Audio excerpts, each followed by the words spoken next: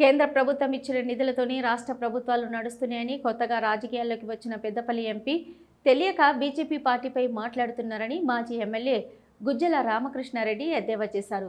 BRS పాలనలో ఉన్న అవినీతి అధికారులే ఇప్పుడు విధుల్లో ఉన్నారని, ఇప్పుడున్న కాంగ్రెస్ పార్టీ అలాంటి అవినీతి అధికారుల పట్ల దృష్టి సారించవలసిన అవసరం ఉందన్నారు.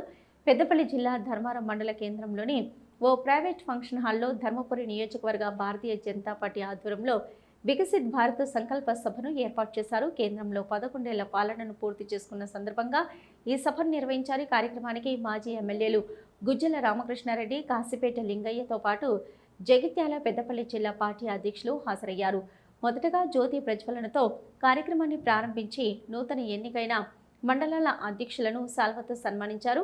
ఆ తర్వాత రానున్న స్థానిక సంస్థల ఎన్నికల్లో ధర్మపురి నియోజకవర్గ వ్యాప్తంగా అన్ని స్థానాల్లో బీజేపీ జెండా ఎగరవేసే విధంగా కార్యకర్తలు కలిసికట్టుగా పనిచేయాలని దిశానిర్దేశం చేశారు.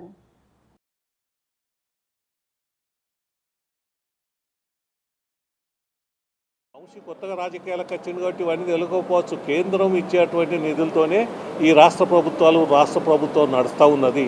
కేవలము రాజకీయాల కొరకు పనిచేస్తున్నది కాంగ్రెస్ పార్టీ పెద్దలకు ఇక్కడికి వెళ్ళి అక్కడ దాకా కాంగ్రెస్ పార్టీ సదరాలు కాబట్టి ఈ రాష్ట్రంలో ఏం చేయలేనటువంటి అసమర్థతలో కాంగ్రెస్ పార్టీ ఉన్నది.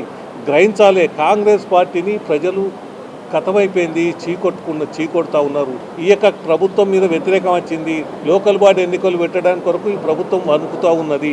కాబట్టి కాంగ్రెస్ పార్టీ ఎన్ని చెప్పినా భారతీయ జనతా పార్టీ ప్రజల కొరకు, తెలంగాణ అభివృద్ధి కొరకు లక్షల కోట్ల రూపాయలు ఇచ్చినటువంటి చరిత్ర భారతీయ జనతా పార్టీ కేంద్ర ప్రభుత్వానికి. ఈ విధంగా అధికారులు ఇట్లా చేస్తున్నారంటే తప్పేవంది.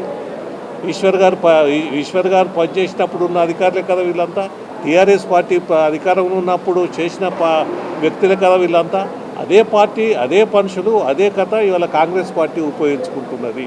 కాంగ్రెస్ పార్టీలు ఉన్న అధికారంలో ఉన్న ఈ అసెంబ్లీ నియోజకవర్గానికి సంబంధించిన మంత్రి లక్ష్మణ్ కుమార్ కానీ, మిగతా ఉన్న కాంగ్రెస్ పార్టీ కానీ ఈ అవినీతి విషయంలో శ్రద్ధ తీసుకోవాల్సినటువంటి అవసరం ఉన్నది. అవినీతి విషయంలో ఒక కన్నేయవలసినటువంటి అవసరం ఉన్నది. పోలీసులు కూడా నిష్పక్షపాతంగా ఇలా ఈ ఈశ్వర్ గారు ఏదైతే విషయం చెప్పిండో రేపు లక్ష్మణ్ కుమార్ కూడా అదే విషయం చెప్తాడు.